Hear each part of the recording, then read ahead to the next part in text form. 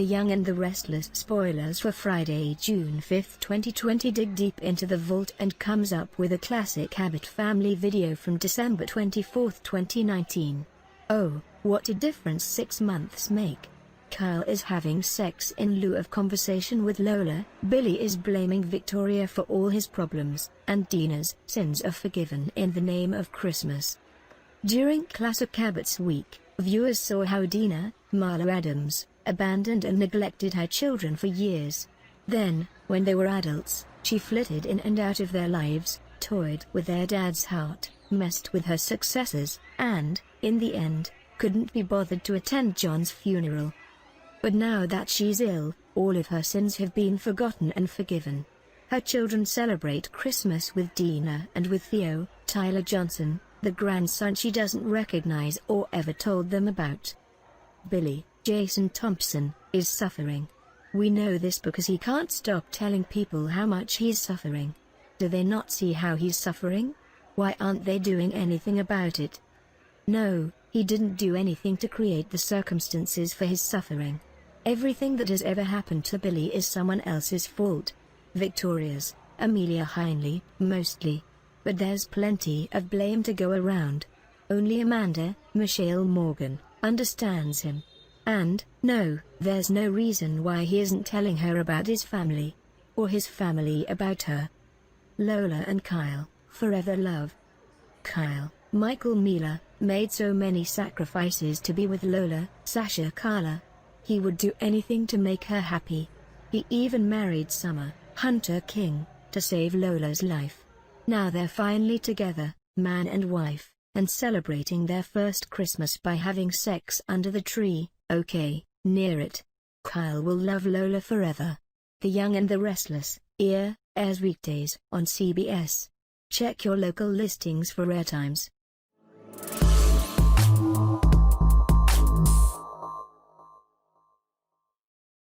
Tracy is the sweetheart of the family, and she is very level-headed. She is the peacemaker of the family, just like John was. I was heartbroken when she lost Colleen. Watching her decide whether to give Colleen's heart to Victor, who needed a donor at the time, was also heart-wrenching. Tracy always sees the good in people, and after much thought, she agreed to have Colleen's heart donated to Victor. Recently, Tracy was offered a position with Chancellor Media, headed up by Billy and Lily. I really hope she accepts. I think this would be a great niche for her writing and a great grounding factor for Billy. Hello, Billy boy. I have a love/hate relationship going with Billy. I loved how Billy and Victoria met and it sure looked like they were meant for each other, but it was too bad that Billy couldn't cherish what he had with Victoria. She has given him so many chances, and he finally ran out of those chances. My emotions were all over the place the day that Delia died. Was Billy at fault for leaving a child alone in a car, or was Adam at fault for not paying better attention while driving? I believe they were both at fault, but I'm still wondering if Adam really was the one who hit Delia. Nikki was also driving on the same road that night, and I still wonder whether she was the one who hit Delia. Perhaps Victor knew it was Nikki, and, to protect her, he framed Adam. Maybe one of these days, the writers will finally give us an answer with conclusive proof. I hated Billy with Phyllis. For me, there was no substance to their relationship. It was sex, and then more sex, and it didn't matter where.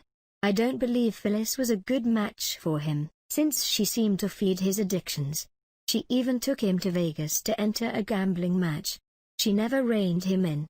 What he did to Summer to retaliate against Phyllis was pure evil. That was really low, even for Billy.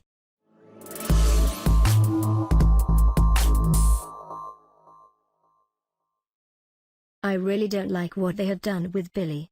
Billy has a gambling addiction, he is an extortionist, a cheater, a womanizer, he had a split personality, and then he had this uncontrollable need for an adrenaline rush. It seems that Tracy is the only normal one in the Abbott family, next to John. No wonder Victoria said she was done with Billy. I do wonder who would be a good match for Billy. I love him working with Lily. Lily certainly knows how to keep him in line. I really hope they can get Chancellor Media off the ground and make it successful. I think Tracy should accept their offer to join them at Chancellor Media because not only will Tracy and Lily keep Billy in check, but it would be a great platform for Tracy's writing. I love how the whole Abbott family came together and finally forgave Dina. It was heartwarming to see them embrace her, especially after discovering that Dina had Alzheimer's.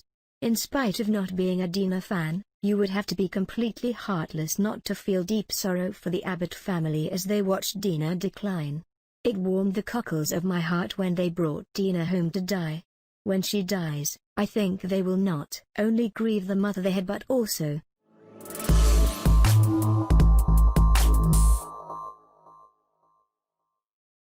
CBS The Young and the Restless, Y&R, Spoilers is here to help close out another theme week and bring our visit with the Abbotts to a close. It's been an enjoyable visit that allowed us to touch base with the Abbotts throughout their good and bad times, and really helped drive home the point of the multi-family-pronged power struggle in Genoa City. It's also got us wondering when they and the Newmans will be rejoined by the Winters. Not that CBS The Young and the Restless spoilers are hinting at anything. Okay, we are, but it's something we can all probably agree on. CBS The Young and the Restless spoilers throwback for June 5th, Jack worries about Billy. Anyway, this episode aired on December 24, 2019, and since it was a Christmas Eve special, there's plenty of angst and frustration floating around since it had killed the writers to have a happy episode heading into the holidays.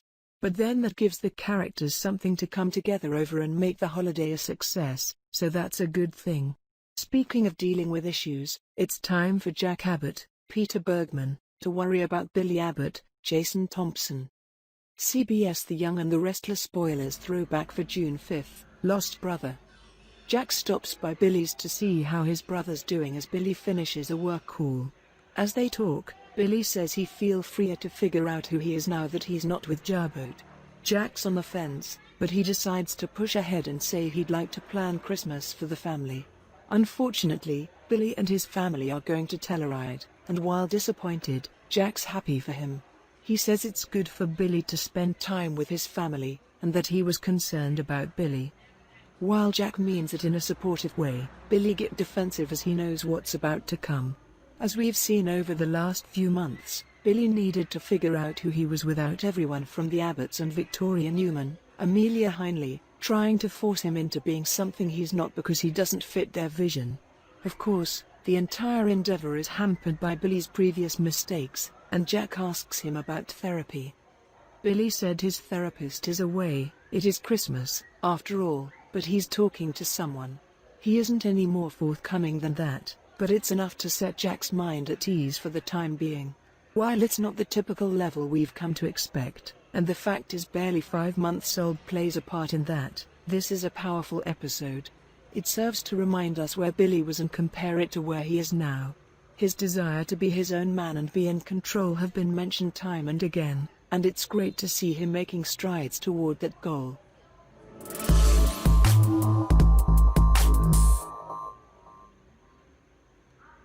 CBS The Young and the Restless spoilers and updates reveal a very sweet moment transpired when one of the youngest cast members finally met the legendary Eric Braeden in person.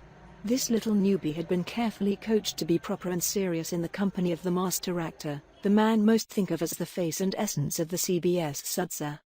So, what happened? It didn't go as planned, and the end result was a plate of spilled food and a delightful insight into Braeden's lovable goofball behavior. Cameron Grimes was playing the role of Cassie when she encountered Eric Braeden. Cameron Grimes was that young newbie, having joined Y&R at the tender age of 7. She was first contracted to play Cassie Newman, but today fans see her as her twin, Mariah Newman. Talking to Soap Opera Digest, she said that her grandfather had coached her before their scene. "You're gonna meet Eric, so you've got to be on your best behavior. Don't play around, be serious." What could possibly go wrong when you tell a 7-year-old to be on their best behavior? You guessed it, mayhem ensued. The Young and the Restless spoilers, Cameron Grimes remembers with fondness meeting Eric Braeden. The scene was a Newman pool party, so there were lots of people around and tons of commotion. Cameron recalls carrying a big plate of strawberries and not being too careful. "Of course, I ran right into Eric," she remembered. Eric Braeden and Cameron Grimes are consummate professionals. What happened next? Cameron said she looked up at the legend and thought, "Oh, my God, I've done it now." Eric stared down at the youngster with a serious look, then broke out into laughter. Cameron says that instance was a quintessential example of Eric's sense of humor. She says that he has a sharp sense of humor and sometimes can't contain his laughter during a scene.